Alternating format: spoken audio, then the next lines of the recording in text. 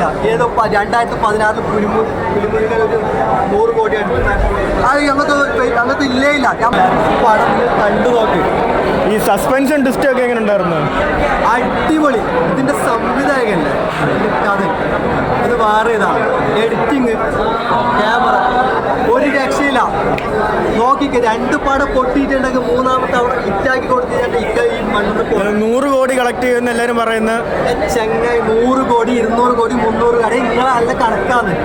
ഏത് പടം 100 കോടി ഇല്ലത് പറഞ്ഞ നിങ്ങൾക്ക് പറയാൻ കഴിയും? അല്ല, ഇതിന്റെ കാര്യം പറഞ്ഞാൽ ഇത് എങ്ങനെ ഇതിന്റെ 100 കോടി ആവുമെന്ന് നമുക്ക് അറിയില്ലെന്നില്ല. ഏതോ 2016 പുലിമുരുകൻ ഒരു 100 കോടി അടുത്ത് അത് അങ്ങനത്തെ ഇല്ലേ ഇല്ല. നമുക്ക് മമ്മൂക്ക പറയുന്നതിനോ പണമല്ല പടാന്നൊക്കെ വേണ്ടത്. എത്ര പടം പൈസ ഇല്ലാതെ എടുക്കുന്നു അത് മനസ്സിലാക്കിയാൽ മതി.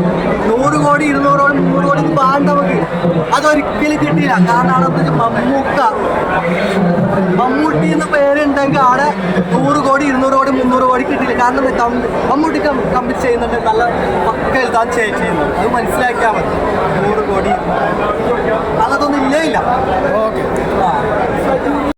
ചോദിച്ചത് നിങ്ങൾ വില്ലനാണോ നായകനാണോ? നമുക്കാണ് എന്ത് പറഞ്ഞത്? ഞാൻ ആക്ടർ എന്ന് പറഞ്ഞത് ആക്ടർ തന്നെ പറഞ്ഞത്. വില്ലനാണോ നായകനാണോ എന്താണോ? നിങ്ങൾ ടിക്കറ്റ് എടുത്ത് നോക്ക്.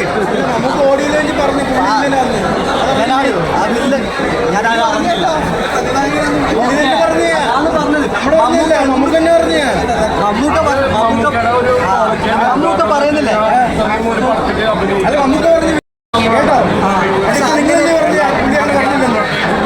അതന്നെ പറഞ്ഞത്. അങ്ങനെയല്ലേ അല്ലാതെ ആ പടത്തിലേ അല്ലാതെ അതായത് നായകനോടോ വില്ലനാണോ അങ്ങനെ ആർക്കും പറയാൻ പറ്റില്ല. അതന്നെ ഒരു ഇന്റർവ്യൂവിൽ പറഞ്ഞതല്ലേ? അല്ല, അങ്ങനെ പറഞ്ഞിട്ടുണ്ട്. ഈ പടം നോക്കി അപ്പൊ മനസ്സിലാവും.